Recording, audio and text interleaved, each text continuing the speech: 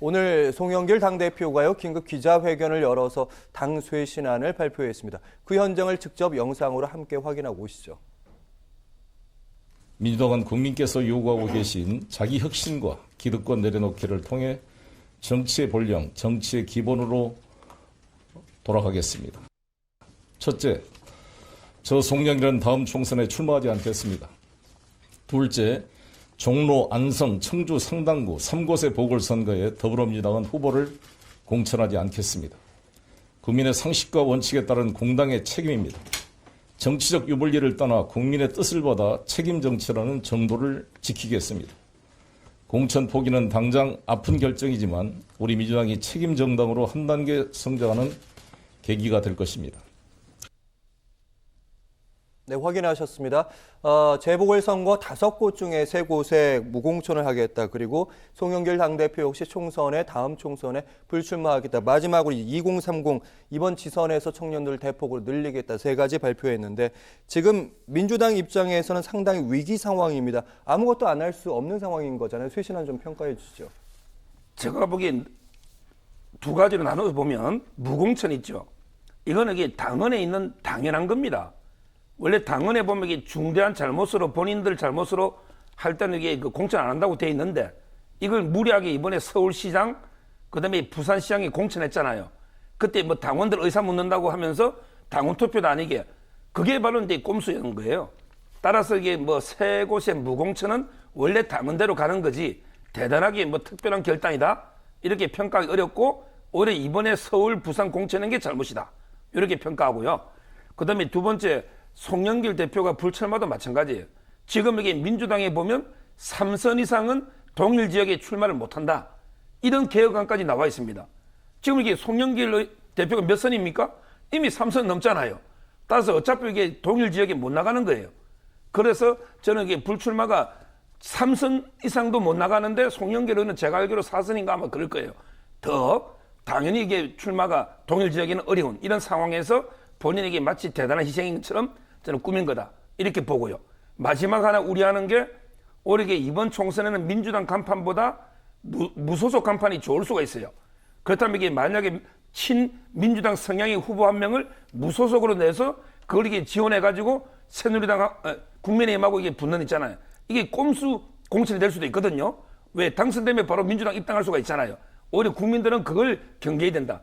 진짜 이게 순수하게 무공천해라. 이걸 제가 기우지만 말씀드립니다. 네, 일단 윤석열 후보 쪽은 너무 늦은 거 아니냐, 진정성이 있다고 국민들이 보겠느냐 그렇게 혹평을 내리고 평가를 내렸는데 이번 쇄신안 어떻게 민주당 지지층을 좀 결집시킬 수는 있을까요? 그나마? 이제 민주당 어쨌든 현재 지금 이재명 후보의 지지율이 박스권에 갇혀 있다는 평가는 계속 있었기 때문에 아마 좀 돌파구를 마련해야 되는 상황이고 그래서 특히 이제 청년들 층에 어필하는 그런 세션안 같은 것들을 뭔가 좀 계기를 마련해야 된다는 생각에서 이런 지금 말했던 지금 얘기가 나왔던 무공천이라든지 아니면 뭐 불출마 선언이라든지 이런 것도 있었던 것 같습니다. 이제 지금 사고 이제 책임이 있는 곳에 어차피 무공천하게 해야 되는 게 원칙이니까 뭐 당연히 무공천하는 게 아니라고 말씀하셨는데 사실 뭐 지금 종로 같은 경우에는 책임 있다고 말할 수는 없는 것이어서 그리고 또 종로가 또 상징성이 있잖아요. 그 상징성 있는 곳에 불출마시킨다는 것은 공천하지 않는다는 것은 나름 의미는 있다고 생각을 하고요. 지금 이제 어쨌든 그런 뭐 청년들을 대거 공청하고 그다음에 지금 뭐 3선 이상 말도 말씀하셨지만 그런 식으로 정치 신인들한테 물꼬를 털어주는 모습을 보여주면서 사실 이제 그 당대표로서 아까 말씀하셨지만 동일 지역 3선 금지이기 때문에 동일 지역이 아닌 곳에는 출마할 수 있거든요. 그리고 사실 그 당대표 정도 되면 다른 지역에 출마할 수도 있습니다. 뭐 그것이 사실 그 송영길 대표 정도 되면 어려운 일은 아닐 텐데 어찌되었든 책임지는 모습을 보이면서 여기 대선에 집중하겠다. 내가 대선에 책임을 지겠다는 모습을 보이는 것이어서 적어도 민주당 지지층에게는 어필을 할 것처럼 보이긴 합니다만 쇄신안이 이걸로는 끝날 문제는 아닌 것 같고요. 만약에 이제 좀 더 강력한 쇄신안이나 이런 것들이 나와서 계속 뒷받침을 해줘야지 민주당의 진심 같은 걸 믿어줄 수 있지 않을까 이런 생각이 듭니다. 네, 이건 1탄이고 2탄, 3탄 계속해서 이어져야 된다는 말씀이신데 일단 이번 재보궐선거 대선과 함께 치러지는데요. 지금 5곳 중에 3곳을 민주당이 무공천을 하게 되고 이 5곳 나머지 지역 보니까 강남, 서초 그리고 대구 지역 이곳 다 사실은 국민의힘의 강세이기 때문에 5건 다 어떻게 보면 국민의힘이 웃음을 지을 수 있는 그런 곳들 아닌가요? 저는 이게 그런 생각 안 해요. 왜냐하면 이게 아까도 말했지만 오히려 이게 민주당 간판으로 나왔을 때는 이게 당당하게 1대1로 붙으면 국민의힘이 만약에 그 대선까지 분위기를 이어간다면 오히려 이게 유리할 수가 있는데 만약에 그 민주당 간판이 아니고도 이게 정의당 민주당에서 어떤 게 진보 진영의 완전히 단일 후보로 놓으면서 얼마든지 그걸 갖다가 인식시킬 수는 있어요. 뭐 색깔이라든지 옷 색깔만 봐도 당의 색깔도 있고 또는 이게 여러 그 위원장이나 그 사람들이 지원 메시지만 봐도 누가 여당의 단일 후보다 이 정도는 유권자들이 판단할 수 있단 말이에요. 예. 우리가 이게 교육감 선거들 봐도 대충 이게 어느 진영에서 미는 후보인지는 대충 알거든요. 공천 안 받아도.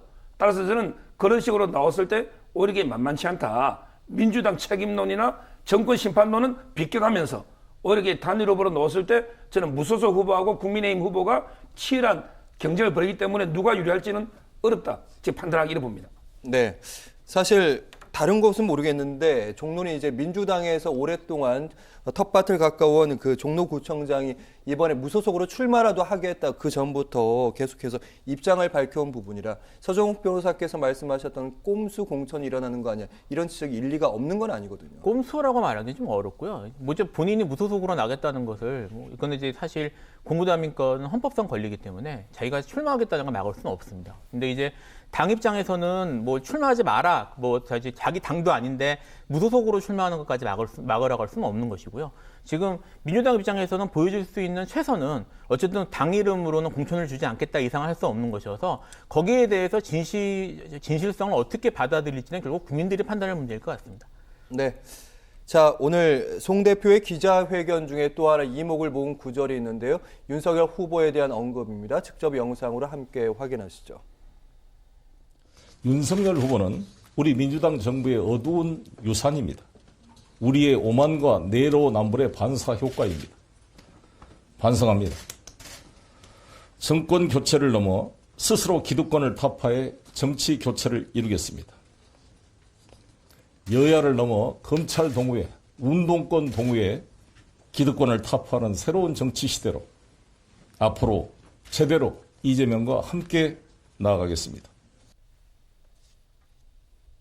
네, 뒷부분이 이제 기득권을 타파하겠다. 이 부분은 좋았는데 윤석열 후보 쪽에서 들으면 좀 불쾌할 만한 내용이 앞부분에 좀 있습니다. 송영길 대표가 어두운 유산이라고 윤석열 후보를 칭했는데요. 뭐 이유보다는 의도가 있겠죠. 아마도 이제 민주당 정권에서 선택했던 검찰총장이라는 사실을 부각시키려고 했던 게 아닌가 싶은데 개인적으로는 적절했던 방식은 아닌 것 같습니다. 사실 뭐 윤석열 후보가 직전에 이 정권에서 검찰총장을 했다는 사실을 모르는 사람은 아니고 오히려 민주당 지지층에서 보기에는 일종의 뭐 결과적으로 인사실패라고 볼 수 있는 것이거든요. 그러니까 민주당에서 어쨌든 아까 말씀드렸던 것처럼 문재인 대통령의 가장 파격적인 인사 케이스 중에 하나였는데 그랬던 인물이 지금 야당의 대권 후보가 돼서 지금 현재 이제 그 문재인 정권을 어떻게 보면 이제 교체를 하려는 그런 지금 선두에 서 있는 입장이란 말입니다. 그런 입장에서 어두운 유산이라고 얘기하는 거는 뭐 결국 어떻게 보면은 민주당이 인사 실패했다는 거 자인하는 거 아니냐는 식으로 보일 수도 있고 지금 말했던 뭐 내로남불을 뭐 이런 식의 얘기를 했는데 사실 그게 이제 윤석열 후보가 거기까지 가게 된 과정을 뭐 내로남불의 결과라고 볼 수 있을지도 사실 좀 의문이어서 그래서 윤석열 후보 뭐 물론 이렇게 얘기하는 것이 윤석열 후보의 지지층 그러니까 국민의힘 지지층에 대해서 뭐 지지층을 이 사람 결국 원래 당신들 쪽에서 온 게 아니라 이쪽에서 왔어요라고 하는 것들을 부각시키는 효과를 뭐 생각하는 건지 모르겠습니다만 그렇게 이제 적절한 특히 이제 그 민주당 당대표로서는 효과적인 발언은 아니었던 게 아닌가 싶은 생각이 듭니다. 네. 제가 이게 한 말씀 드리면 윤석열 후보를 이렇게 키워준 거예요. 이거는 이제 그 여권의 오만과 내로남불 이거 맞아요. 윤석열 후보를 이렇게 키운 것은 저는 80%가 추미애 장관이요. 또는 이제 그 문재인 대통령 포함해서 그런 게 탄압. 그러니까 윤석열 후보는 밟을수록 커지면서 그 탄압을 통해 인지도가 많이 올라가면서 키운 거 맞죠. 따라서 이게 여권의 오만과 내로남불 때문에 윤석열 후보가 이게 오늘 후보까지 된 거, 이 부분은 맞아요. 그렇지만 이게 과연 이게 윤석열 후보가 어두운 유산이냐? 저는 그래 안 봅니다. 오히려 이게 여권의 아까처럼 이게 법치나 공정이나 정의나 상식을 무시한 이게 여권의 오만, 내로남불이고 이걸 바로잡기 위해서 야당으로 정치에 입문해서 출마한 거 아닙니까? 따라서 저는 과연 이게 어두운 유산이라기보다는 오히려 이게 무너진 법치와 공정을 바로잡기 위한 이런 의도로 나왔다. 이렇게 평가를 합니다. 네. 서 변호사님께 좀 마지막으로 좀 질문을 한 번 더 드려보면 공천 관련된 얘기가 이제 국민의힘에서 계속 나오는 얘기들을 쭉 보다 보면 이제 종로는 이제 전략 공천으로 가닥을 잡아가는 것 같고요. 나머지 지역구 같은 경우에는 국민 참여 경선을 통해서 하겠다. 또 이 방식도 문제가 좀 많다. 뭐 신인들에게는 좀 불편할 수 있고 불리할 수 있다. 이런 얘기가 나오고 어떻게 보세요? 제가 두 가지만 말씀드리면요. 국민의힘이 저번 총선에 왜 망했습니까? 바로 이게 여러 원인이 있겠지만 공천 잘못으로, 공천 잘못이 저는 가장 큰 이유다. 근데 이번에 만약에 공천 그런 과거의 구태 있잖아요. 이걸 이게 반복하면 엄청나게 대선에도 불리한 영향을 미친다. 이 점을 제가 경고하고요. 두 번째는 바로 이제 홍준표 의원처럼 이렇게 자꾸 이게 사적인 욕심에 따라서 사천을 요구하는 이걸 경계해야 됩니다. 홍준표 의원이 이제 종로의 최재형 원장, 그 다음에 대구 중랑구의 본인의 측근 수성구청장을 돌려막는 이진훈 구청장의 공천을 요구했잖아요. 이런 이게 구태를 반복하면 안 돼요. 따라서 저는 결론은 종로는 이게 거의 뭐 부통령에 준할 정도로 러닝메이트. 그러니까 대선 후보급 중에서 원희룡이든 최재형이든 뭐 유승민이든 이런 이게 대선 주자급이 거의 러닝메이트 개념으로 나오는 거 좋아요. 왜냐하면 이게 상징성이 그만 크잖아요. 네. 따라서 종로 하나 정도는 당원의 뜻을 충분히 반영한 러닝메이트로 한 분 정도 전략공천은 가능하다. 그렇지만 이게 나머지 지역을 자기 사람이나 이게 전략공천으로 가다 보면 파국이 옵니다.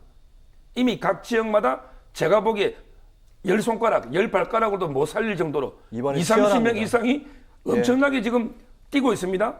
여기에 뭐 청년이라고 전략공천한다? 또는 이게 여성이라고 한다? 이러면 이게 당이 엄청나게 잡음이 생길 거예요. 따라서 저는 나머지 지역은 원래 방침대로 국민들한테 돌려주라. 바로 이게 오픈 프라이머리처럼 국민 여론조사를 통해 돌려주라. 종로 하나 정도만 당원의 뜻에 따라 전략공천하고 나머지는 여기 원칙대로 밀고 가라. 안 그러면 이게 엄청난 잡음이 올 것이다. 이렇게 저는 봅니다. 네, 또 다시 이 공천 관련된 잡음이 나오면 또 곤란해지니까요. 마지막으로 질문은 이제 김필성 변호사께 짧게 드리면 이제 이번에 양자 토론 어떻게 되는지 사람들이 많이 궁금해합니다. 대체로는 양자 토론 법원이 안 되게 할 것 같다 이런 입장들이 많더라고요. 사실 이게 선례가 있습니다. 옛날에 이제 문국현 후보가 나와서 2007년이던가 문국현 후보가 나왔을 때 했을 때 양자간 토론에 대해서 문국현 후보가 이제 가처분 신청을 해가지고 그거를 법원이 인용한 케이스가 있어요. 그래서 이번 경우에도 양자간 토론에 대해서 지금 이제 뭐 강력한 다른 제3 후보들 이제 안철수 후보하고 심성정 후보가 지금 이제 여기에 대해서 가처분을 걸었는데 네. 뭐 선례에 비추어 볼 때는 인정될 가능성이 높지 않을까라고 생각을 하는 겁니다만 뭐 어떻게 될지는 사실은 결과는 지켜봐야 될 것 같습니다. 네. 오늘 있었던 정치권 관련된 소식, 법 관련된 이야기 두 분의 변호사 분들과 함께 이야기 나눴습니다. 말씀 잘 들었습니다. 고맙습니다. 감사합니다.